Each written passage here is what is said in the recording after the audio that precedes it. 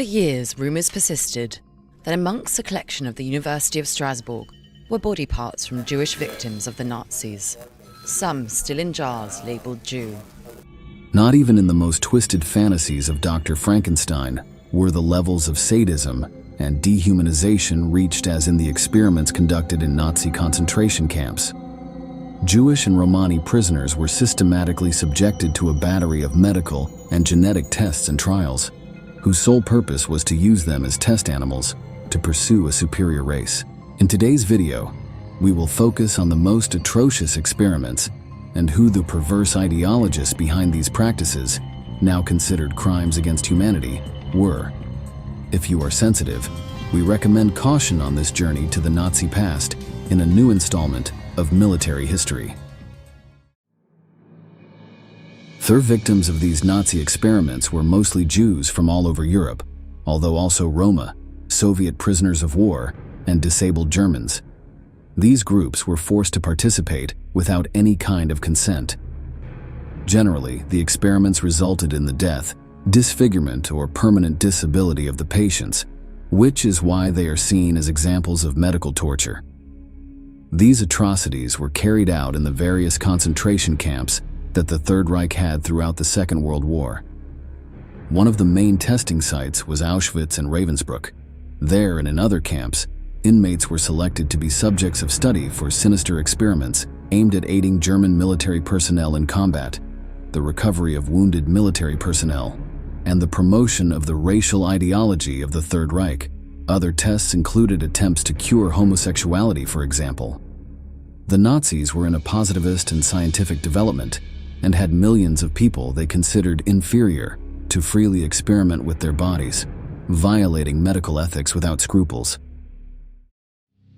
The SS doctors assigned to concentration camps played a special role as they were responsible for overseeing the activities of the intern doctors who had been forced to work in the camp's medical service. Many of these doctors were Jews and were forced to intervene brutally and savagely on patients of their own background.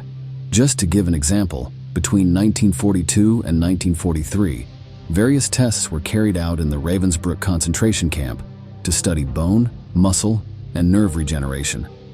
One of these activities involved bone transplantation, which was carried out in inhuman ways to observe the patient's reactions. Sections of bones, muscles, and nerves were extracted without anesthesia, resulting in many victims experiencing intense agony, mutilation, or permanent disability. Let's examine a testimony of a mild yet terrible case during the Nuremberg trial. The audio of the original material is slightly damaged, but it is understood that the woman on the stand cannot move one of her feet, and that a large portion of muscle from her calf was removed, mutilating her forever. Like this. Up. Now try to do it here. Yes. Dorsiflexion is completely gone. One of the first atrocities carried out by the Nazis in the camps had a corporate tint.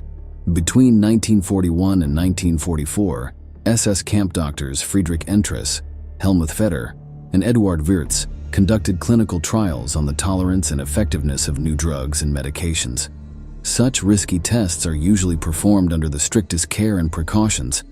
However, during the height of the Third Reich, e.g. Farbenindustrie, the pharmaceutical conglomerate of the Führer, particularly Bayer, used human guinea pigs to test their products.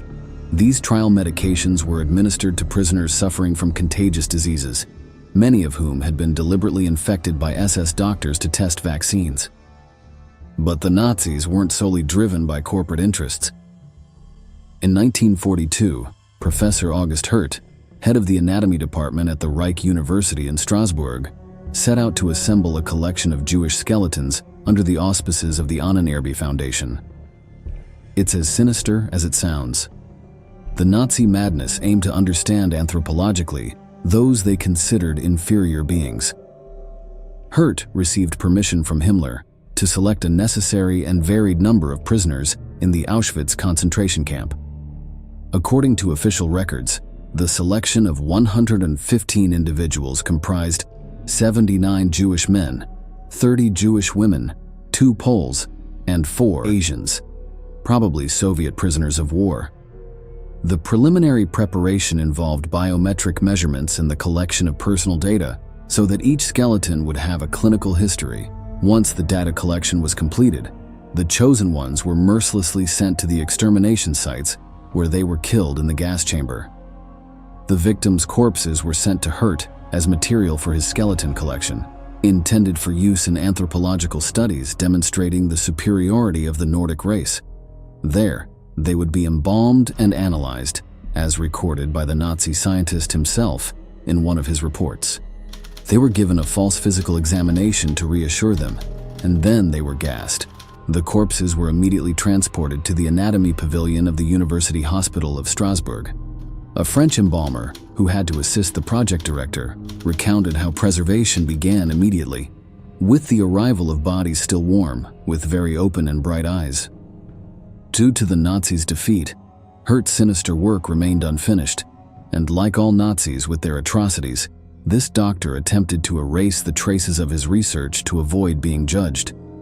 He discarded many of the skeletons and dissected bodies, but mainly cut and burned their heads to prevent any possibility of identification. While some tried to empirically prove the existence of the Aryan race, others tried to expand it directly, convinced of its supremacy. Karl Klauberg experimented with sterilization systems on the female population of the Auschwitz camp.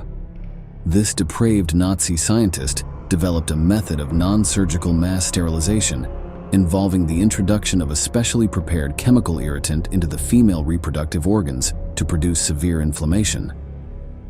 Thousands of Jewish and Romani women were subjected to this treatment, involving multiple local injections, causing them terrible pains, inflamed ovaries, stomach spasms, and bleeding.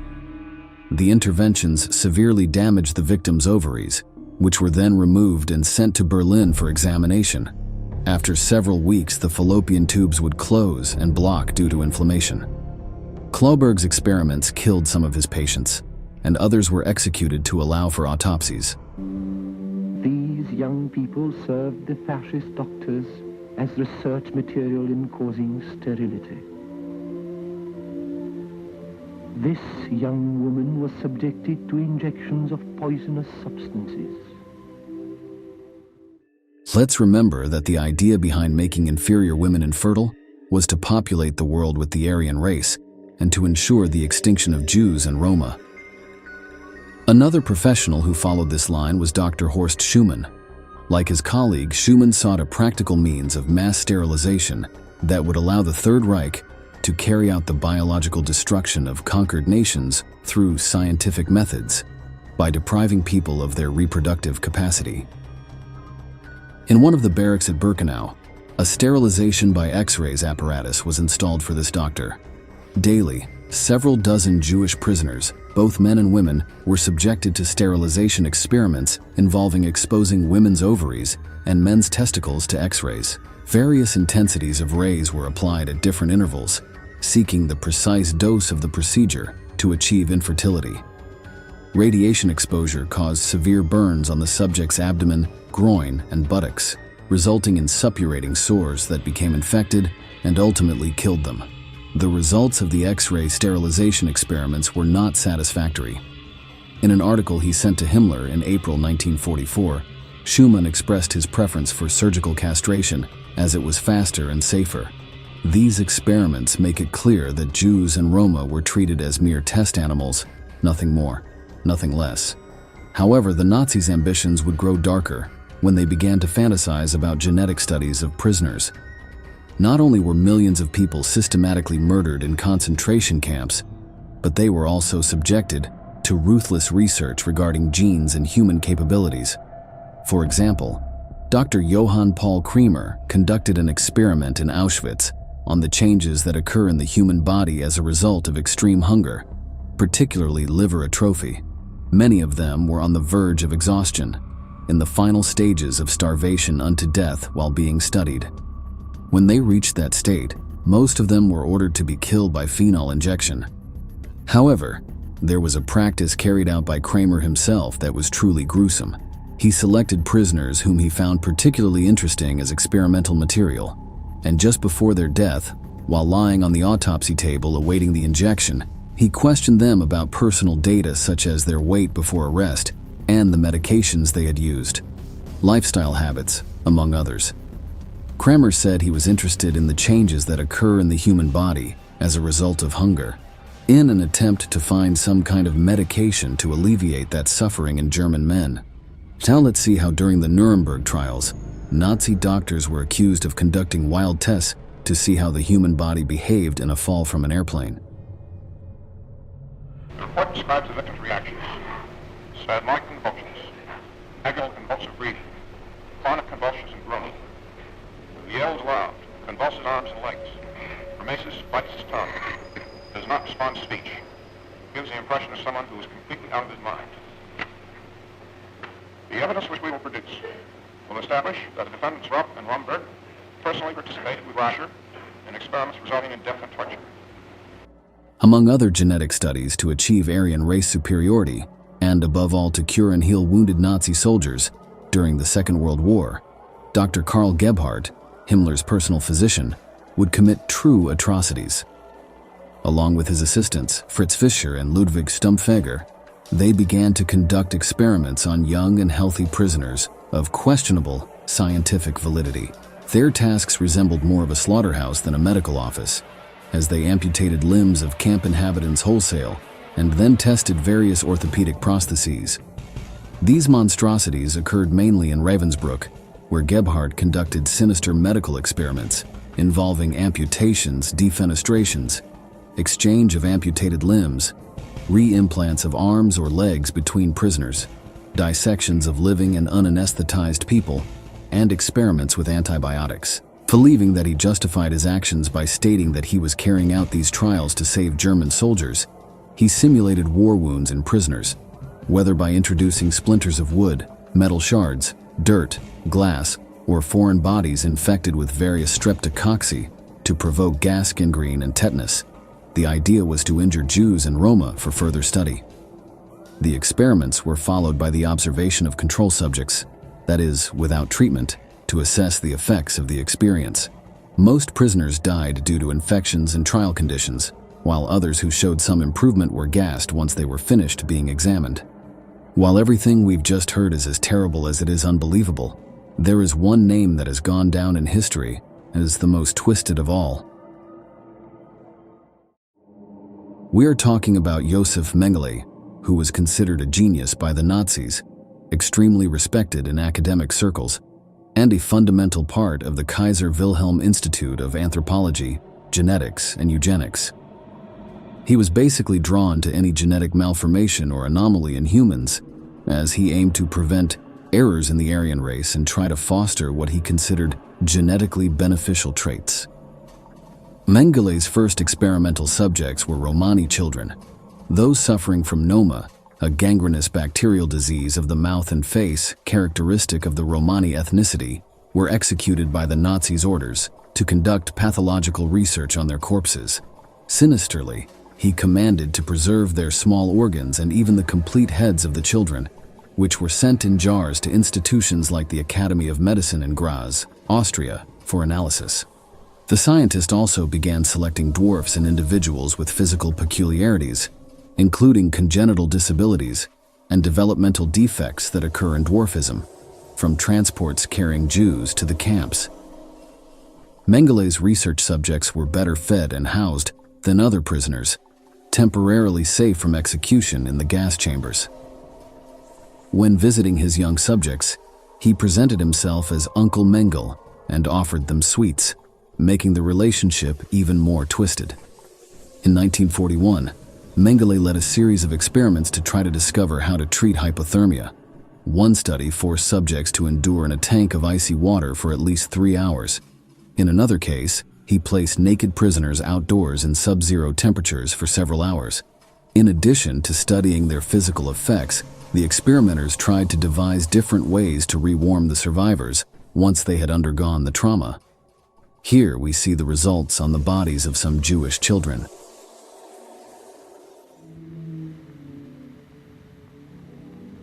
Children had frost-bitten feet. The Germans had been leaving them for 12 hours in the frost. The method of experimentation was torturous. Selections focused on young and healthy Jews who were stripped and prepared for the trial. An isolated probe measuring the drop in body temperature was inserted into the rectum and held in place by an expandable metal ring that was adjusted to open inside the rectum and hold it firmly in place. The victim was dressed in a German Air Force uniform and then placed in the cold water tub to begin the freezing process. The studies revealed that most lost consciousness halfway through the process and died when their body temperature dropped to 25 degrees C. The bodies were studied and discarded, and then another test subject was used. Mengele took advantage of Auschwitz as an opportunity to continue his anthropological studies and research on heredity, his great fascination. As noted, his medical procedures showed no consideration for the health, safety, or physical and emotional suffering of the victims. He was particularly obsessed with identical twins, people with heterochromia iridum, the characteristic of having eyes of two different colors, as well as people with physical anomalies and dwarfism. Mengele's less invasive experiments included attempts to change the iris color by injecting chemicals into the eyes of living subjects, even attempting eye transplants. When that failed, he killed people with heterochromatic eyes so he could remove them and send them to Berlin for study. His experiments with dwarfs and deformed people included taking physical measurements and extracting blood, teeth, and skin. He also treated them with trial medications and unnecessary X-rays. Many of his victims were sent to the gas chambers after a few weeks of experimentation, but their skeletons were recovered and sent to the German capital for further analysis. Mengele also sought out pregnant women with whom he conducted experiments before sending them to the gas chambers. One survivor claims to have witnessed how the sinister Nazi doctor performed anesthesia-free vivisection, extracting hearts and stomachs from the victims to see and understand the behavior of the organs and the dying patients. Patients who survived these savage interventions were forced back into forced labor until their demise. In the first phase of his experiments with his fetish element, Mengele subjected pairs of twins and people with physical disabilities to special medical examinations. Generally painful and exhausting, these examinations lasted for hours and were a difficult experience for patients, as most were hungry and terrified children, because Mengele's twisted mind preferred to experiment on young subjects to understand their development. Subjects were photographed, plaster molds of their teeth and jaws were made, and their fingerprints and footprints were taken. As soon as the examinations ended, Mengele ordered twins, dwarfs, and deformities to be killed by a phenol injection so he could move on to the next phase of his experiments, the comparative analysis of internal organs during autopsy. From 1944 onwards, twins were selected and placed in special barracks. Auschwitz provided Mengele with a large number of specimens to study. Some of those selected, like Irene and Rene Gutmann, were already in the camp. Let's listen to their testimony. When I got to the infirmary, what I remember is always had to get undressed and being put between two cold plates, which I know were called Röntgen machines. I think that's X-ray. And measured and weighed and poked and pushed. I remember going to Mengele specifically, have recollections of blood being taken from my neck and my arms. I hate doctors. Mengele's twin research aimed in part to demonstrate the supremacy of heredity over the environment, and thus strengthen the Nazi premise of the genetic superiority of the Aryan race. According to the Nazi, twins provided the perfect experimental specimens, as one could serve as a control while the other endured the experiments. Studies on twins were also motivated by the intention of increasing the reproduction rate of the German race by improving the chances of racially desirable people having twins. Already in an unsustainable spiral of madness, a witness described how Mengele sewed two Romani twins back-to-back in a savage attempt to create Siamese twins, causing both children to die of gangrene after several days of suffering. Given the criminality of all cases, these actions were judged in what became known as the doctor's trial. Rejection of the abuses perpetrated led to the development of the Nuremberg Code on medical ethics. Of the over 3,000 children involved in Mengelé's experiments, barely around 200 survived. They now reside around the world, and those still alive seek information about what was done to them. Their files have never been located, and the experiments they were subjected to remain a mystery. These barbaric atrocities are just another example of what Nazism was capable of in its attempt to confirm and perpetrate the dominance of the Aryan race on the planet. In this way, we are reaching today's shocking video. We thank you for making it to the end, and we look forward to seeing you in the next installments of Military History.